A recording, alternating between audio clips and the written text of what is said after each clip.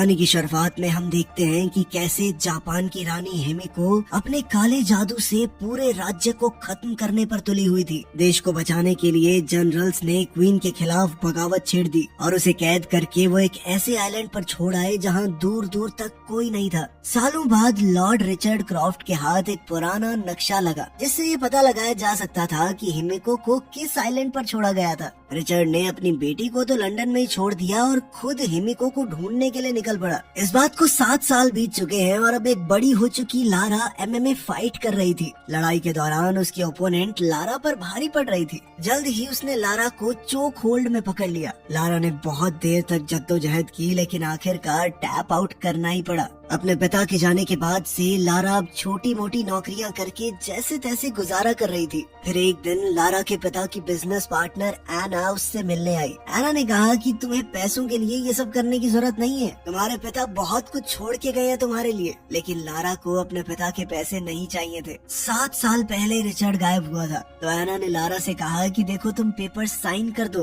ताकि हम रिचर्ड को डेड घोषित कर सके, वरना इस तरह उसकी सारी प्रॉपर्टी बिक जाएगी, तुम्हारे हाथ भी कुछ नहीं आएगा। उस शाम लारा अपने पिता के बारे में सोचने लगी। जाने से पहले रिचर्ड ने लारा को एक नेकलेस दिया था जो लारा की माँ का था। रिचर्ड ने कहा कि इस नेकलेस को हाथ में पकड़कर अगर किसी को याद करो तो उस इंसान को पता चल जाता है कि उसे याद किया गया है। अगले दिन लारा क्रॉफ्ट होल्डिंग्स की बिल्डिंग में गई रिचर्ड को मरा हुआ घोषित करने के पेपर्स पर साइन करने से पहले लॉयर ने रिचर्ड की एक पजल जिसका नाम काराकुरी है लारा को दी। लारा ने वो पजल ली और उसे सॉल्व करते ही उसे एक छुपा हुआ लेटर और एक चाबी मिली। उस चिट्ठी में लिखा था मेरी आखिरी जगह का पहला शब्द। लारा तुरंत उसका मतलब समझ गई और वहीं पर अपने पिता की कब्र के पास गई। उसने कब्र पर अपने पिता के नाम रिचर्ड का पहला लेटर R दबाया, जिसके बाद वहाँ पर चाबी लगाने की एक जगह मिली। लारा ने जैसे ही वहाँ पर चाबी डालकर घुमाई तो कब्र की दूसरी तरफ एक दरवाजा खुल गया जहाँ रिचर्ड का सीक्रेट ऑफिस था। वहाँ लारा को कुछ फेक पासपोर्ट्स, एक पुराना वीडियो कैमरा मिला जिसमें रिचर्ड का एक मैसेज था। रिचर्ड ने बताया था कि कैसे उसकी पत्नी की मौत के बाद रिचर्ड ने अपनी पत्नी से दूसरी दुनिया में दोबारा मिलने के लिए कोई रास्ता निकाला, इसीलिए उसने प्रोजेक्ट हिमिको पर काम किया। वो चाहता था कि लारा हिमिको प्रोजेक्ट की पूरी रिसर्च को जला दे, क्योंकि अगर ये रिसर्च गलत हाथों में पड़ गई तो हंगामा हो जाएगा। वहीं लारा को एक डब्बा मिला जिसके बाहर हिमिको लिखा हुआ था। जलाने की बजाय लारा ने चीजों को देखना और पढ़ना शुरू किया। उसने हिमिको और जहाँ उसे रखा गया था उस आइलैंड यामाटाई के बारे में पढ़ा। लारा को पता चला कि रिचर्ड यामाटाई ही जा रहा था और जो कप्तान अपने जहाज में उसे वहाँ ले जाने वाला था उसके बारे में भी पता चला, क्योंकि लारा ने अब तक डेथ पेपर साइन नहीं किए थे, इसीलिए उसे अपने पिता की विरासत का पैसा नहीं मिला था। इसलिए लारा ने अपना जेड नेकलेस बेचकर जो मिला उससे वो हांगकांग पहुँच गई। यहाँ पर लारा जहाज के कैप्टन को ढूंढ ही रही थी तो कुछ लड़कों ने लारा की मदद करने के बहाने उसका बैग छीन लिया। लारा ने बोट्स के ऊपर भागते हुए उन्हें पकड़ने की कोशिश की लेकिन वो एक बोट पर चढ़ गए जो चलने लगी। लारा मार्केट के रास्ते से भागते हुए उनकी बोट तक पहुँच गई और जैसे ही लड़के बोट से उतरे लारा ने किसी तरह एक को पकड़ लिया जिसके पास उसका बैग था। अब ये लड़का लारा को चाकू दिखाकर डराने लगा लेकिन लारा हुक पर झूलती हुई दूसरी तरफ पहुंच गई। तभी वो जहाज द इंड्योरेंस से दिख गया जिसे वो ढूंढ रही थी, लेकिन ये लड़के अभी भी उसका पीछा नहीं छोड़ रहे थे और कुछ देर बाद उन्होंने लारा को घेर लिया। लेकिन तभी जहाज के कैप्टन लू रेन ने गोली चलाई और इन लड़कों को तुरंत वहाँ से भगा दिया। लू ने लारा को भी तुरंत वहाँ से निकल जाने को कहा, लेकिन इस वक्त लू ने कुछ ज्यादा ही पी रखी थी तो वो नशे में बेहोश होकर जहाज से नीचे गिर गया। लारा ने लू के ऊपर पानी फेंका उसे जगाने के लिए और तभी अपने पिता का वो लेटर दिखाकर लू से रिचर्ड के बारे में पूछने लगी। लेकिन लू ने बताया कि मेरे बाप का नाम भी लू है और हो सकता है कि तेरे बाप ने मेरे बाप से बातचीत करी हो, और सही बताऊं तो मेरा बाप खुद गायब है, क्योंकि अब लू और लारा दोनों के पिता एक ही ट्रिप पर गायब हुए थे। तो लारा ने उसे बताया कि ये दोनों यामाटाई जा रहे थे। लारा को अपने पिता की डायरी में कुछ कोड मिले जहाँ वो दोनों गए होंगे। लू ने अंदाजा लगाया कि ये कोड्स घड़ी की सुइयां हैं, जिससे लारा ने मैप पर निशान लगाया कि आइलैंड आखिर कहाँ पर होगा। लू ने देखते ही कह दिया कि आइलैंड बहुत ज्यादा खतरनाक जगह पर है, वहाँ जाना खतरे से खाली नहीं है, और वैसे भी मुझे तो अपने बाप से फर्क ही नहीं पड़ता।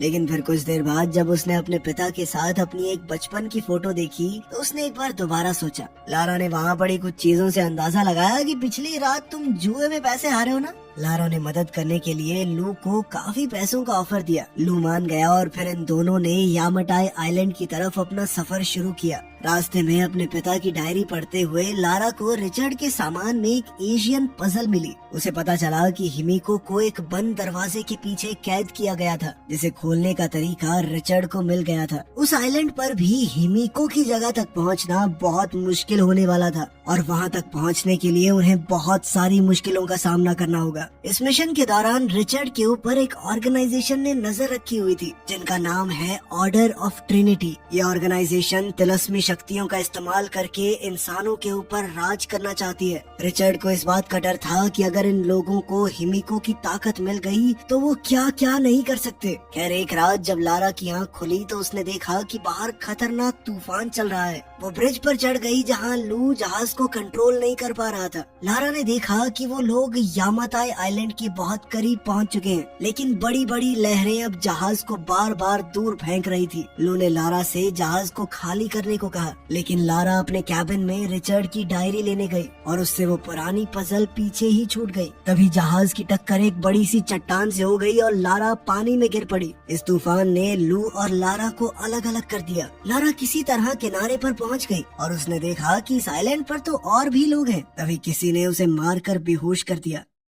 अगले दिन लारा उठी तो उसने देखा कि वो एक टेंट में है, जहाँ उसके साथ मैथियस वोगेल नाम का एक आदमी था। मैथियस ने लारा से कहा कि बिल्कुल तुम्हारी ही जैसी मेरी भी एक बेटी है। मैथियस ने बताया कि वो आइलैंड छोड़कर तब तक अपने घर वापस नहीं जा सकता जब तक उसका काम पूरा नहीं हो जाता। जब लारा ने अपना बैग चेक किया तो मैथियस ने उसे बताया कि रिचर्ड की डायरी अब मेरे पास है और अब उसे वो सब कुछ मिल चुका है जो उसे चाहिए था। मैथियस ने बताया कि तुम्हारे बाप को हमने पकड़ लिया था, उसने हमारी बात नहीं मानी, जिसके बाद उसे मजबूरन मारना पड़ा। ये सुनकर लारा का दिल बैठ गया कि उसके पिता अब इस दुनिया में नहीं है। जब लारा बाहर निकली तो उसने देखा कि कुछ कर्मचारी बम धमाकों से पहाड़ को गिराने की कोशिश कर रहे हैं। जब लारा को बंदी बनाकर ले जाया जा रहा था तो उसने देखा कि लू को भी कैद कर लिया गया है और वो लोग जबरदस्ती उससे काम करवा रहे हैं। तब मैथियस ने ऑर्डर्स दिए कि सभी लोग यहाँ से कहीं और चलने वाले हैं। रास्ते में लू ने लारा को बताया कि यहाँ पर काम करने वाले ज्यादातर वर्कर या तो ऐसे मछुआरे हैं जिनका जहाज डूब गया होगा तब वो यहाँ आ गए होंगे, या फिर ऐसे लोग जो इन स्मगलर्स के जाल में फंस गए। लारा ने बताया कि मैथियस ने मेरे पिता को मार दिया है और जल्द ही लू को वर्कर्स से पता चला कि उसके पिता को भी मार दिया गया है।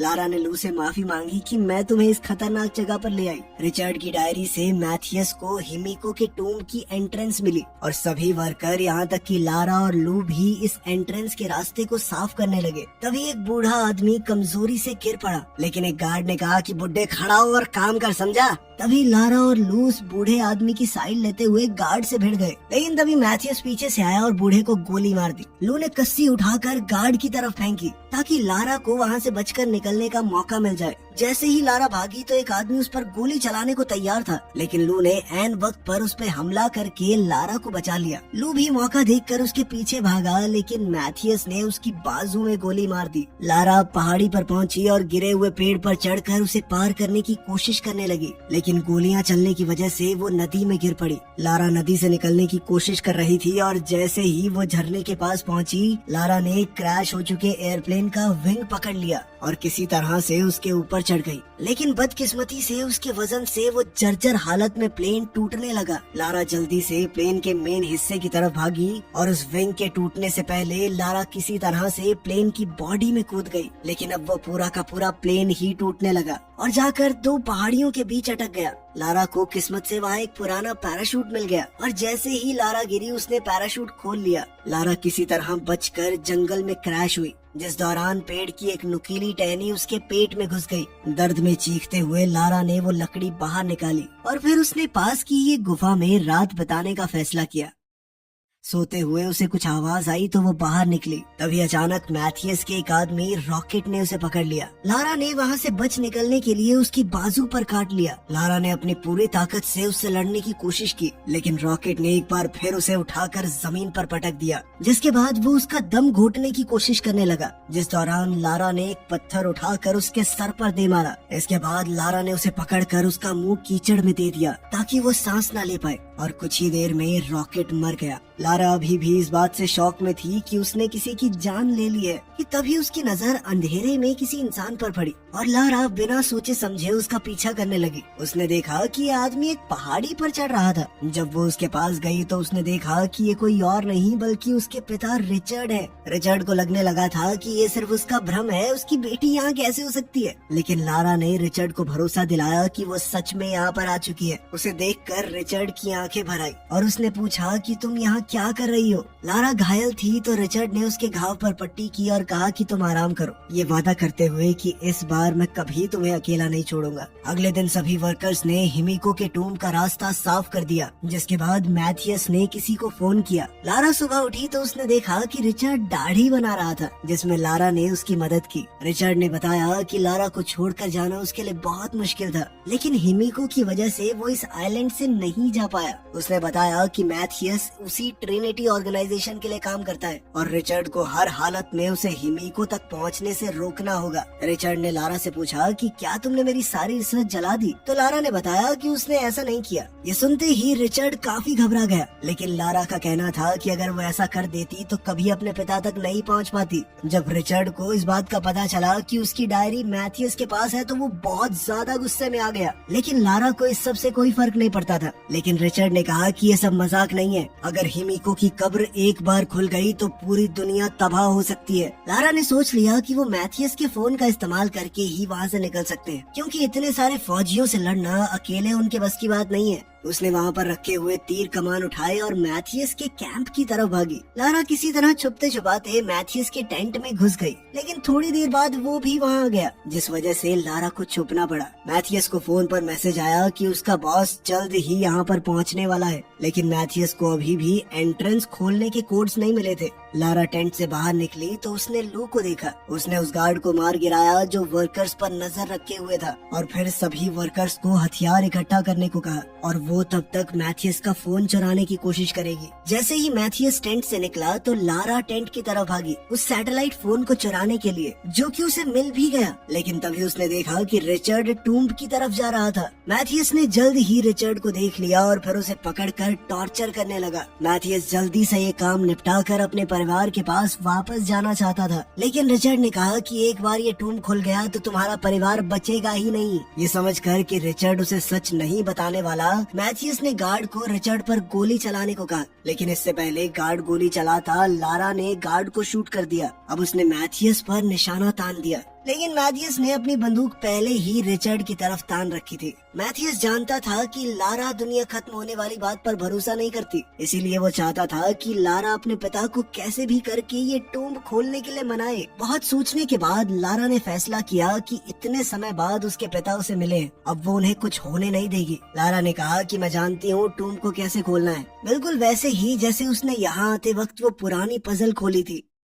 लारा ने दरवाजे पर लगे पहियों को बिल्कुल वैसे ही घुमाया और एंट्रेंस का दरवाजा टूटकर गिर गया। लारा, रिचर्ड, मैथियस और उसकी पूरी टीम अब अंदर गए। अंदर घुसते ही एक तेज हवा का झोंका आया, जो रिचर्ड का मानना है कि हिमिको की सांसें हैं, लेकिन मैथियस ने कहा कि एक आदमी की सांस इतनी तेज नहीं हो सकती। तभी गलती से लारा ने एक ट्रिगर पर पैर रख दिया, जिसके बाद जमीन से एक भाला निकला जिसने एक गार्ड को मार गिराया। इसके बाद वो पहुंचे एक हड्डियों की गहरी खाई में, जहां लोगों के मरने के बाद उनकी हड्डियां पड़ी थी। दूसरी तरफ जाने के लिए उन्होंने एक सीढ़ी का इस्तेमाल किया। तभी अचानक एक गार्ड ने गलती से ट्रिगर पर पैर रख दिया, जिससे वहाँ मौजूद गोल दरवाजे अचानक से बंद हो गए और वो सभी लोग अब अंदर फंस चुके थे। साथ ही पूरा फर्श भी टूटने लगा। तभी लारा ने देखा कि उस तरफ एक गार्ड बाहर रह गया था, जो इस वक्त की होल से उन्हें देख रहा है। दीवारों पर बने व्हील्स को लारा ने चाबी की तरह इस्तेमाल करके दरवाजा खोलने की कोशिश की, लेकिन तभी जहाँ लारा खड़ी थी वो फर्श भी टूट गया,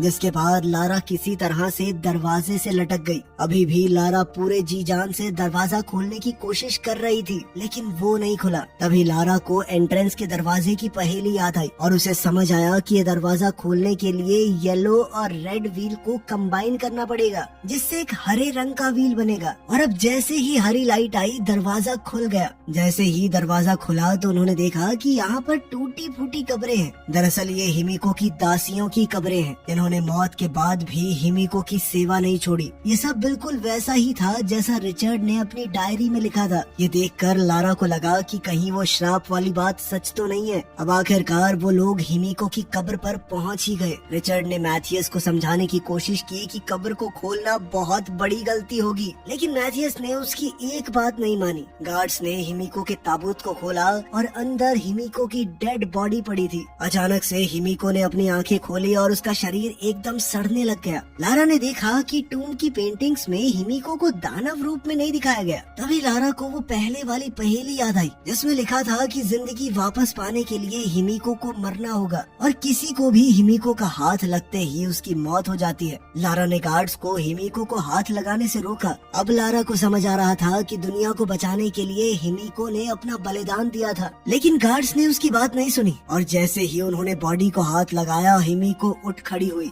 मैथियस को लगा कि शायद ये कोई ड्रामा है उन्हें डराने के लिए, लेकिन एक गार्ड जिसने हिमिको के शरीर को हाथ लगाया था उसके हाथ काले पड़ने लगे और उसका मांस सड़ने लगा। इससे ये पता चला कि हिमिको के शरीर में कोई खतरनाक वायरस था और ताकि ये बीमारी किसी और में न फैले इसीलिए हिमिको ने खुद को बंद कर रखा था। गार्ड का पूरा शरीर सड़ने लगा और डर के मारे उसने गोलियां चला दी, जिससे वो दूसरा गार्ड मर गया जिसने बॉडी को हाथ लगाया था और फिर मैथियस ने उसे भी गोली मार दी। ये सब देखने के बाद भी मैथियस ने हिमिको की एक उंगली ले जाकर अपने बॉस को देने का सोचा। जब वो ये सब कर रहा था तो लारा ने कुल्हाड़ी उठाई और आखिरी गार्ड पर हमला किया। साथ ही रिचर्ड ने उस मरे हुए गार्ड की बंदूक उठाई और मैथियस की टांग में गोली मार दी। घायल गार्ड ने लारा का पीछा किया जब वो बाहर की तरफ भाग रही थी। मैथियस ने रिचर्ड को घर जाने को कहा, लेकिन रिचर्ड किसी भी हालत में हिमिको की उंगली इस आइलैंड से बाहर नहीं ले जाने देगा, क्योंकि ऐसा करने से वायरस पूरी दुनिया में फैल जाएगा। मैथियस रिचर्ड पर गोलियां चलाने लगा, लेकिन जल्दी ही उसकी गन खाली हो गई। तभी इन्फेक्टेड गार्ड्स में से एक उठ गया और उसने रिचर्ड पर हमला बोल दिया। रिचर्ड का ध्यान भटकते ही मैथियस वहाँ से भाग गया। रिचर्ड ने गार्ड को गोली मार दी, लेकिन अब गार्ड ने उसे भी छू लिया था, जिसका मतलब ये था कि अब रिचर्ड के अंदर भी वायरस आ चुका है। रिचर्ड ने अपना खून रोकने के लिए बाजू पर पट्टी बांध ली ताकि उसकी बॉडी में वायरस बहुत धीरे से फैले। वहीं लारा मौका देखकर दासियों की एक कब्र में छुप गई, लेकिन उसका पैर एक हड्डी पर पड़ गया जिसकी आवाज से गार्ड ने उसे ढूंढ लिया। अब उन दोनों के वजन से कब्र टूट गई और लारा गिरकर एक दूसरे कमरे में पहुंच गई। गार्ड भी उसके साथ ही वहाँ गिर गया था। तभी लारा को एक ट्रिगर दिखा तो वो उस पर चढ़ गई, जिसके बाद बहुत सी पैनी लकड़ियों के टुकड़े उनके ऊपर बरसने लगे, जिनमें से एक गार्ड पर गिरी और वो तुरंत मारा गया। जल्द ही लारा वापस हिमिको के टूम्ब के पास आई, लेकिन रिचर्ड ने उसे दूर रहने को कहा क्योंकि अब उसके अंदर भी वायरस आ चुका था। उसने लारा को मैथियस को रोकने के लिए कहा और तब तक वो हिमिको के टूम्ब में आग लगा देगा। लारा किसी भी तरह रिचर्ड को बचाना चाहती थी, लेकिन रिचर्ड अपनी मौत को स्वीकार कर चुका था। रिचर्ड ने कहा कि मेरे लिए यही बहुत बड़ी बात है कि मैं अपनी बेटी को दोबारा देख पाया। रोते हुए लारा ने हथियार उठाए और अपने पिता को आखिरी बार अलविदा कहा। वहाँ मैथियस अभी हड्डियों की खाई को पार कर रहा था। लारा कूदकर सीढ़ी की दूसरी तरफ लैंड हुई और मैथियस को रोका। उसने मैथियस को लात मार के दोबारा दूसरी तरफ फेंक दिया, लेकिन मैथियस भी इतनी आसानी से हार मानने वाला नहीं था। उन दोनों के बीच खूब हाथापाई हुई।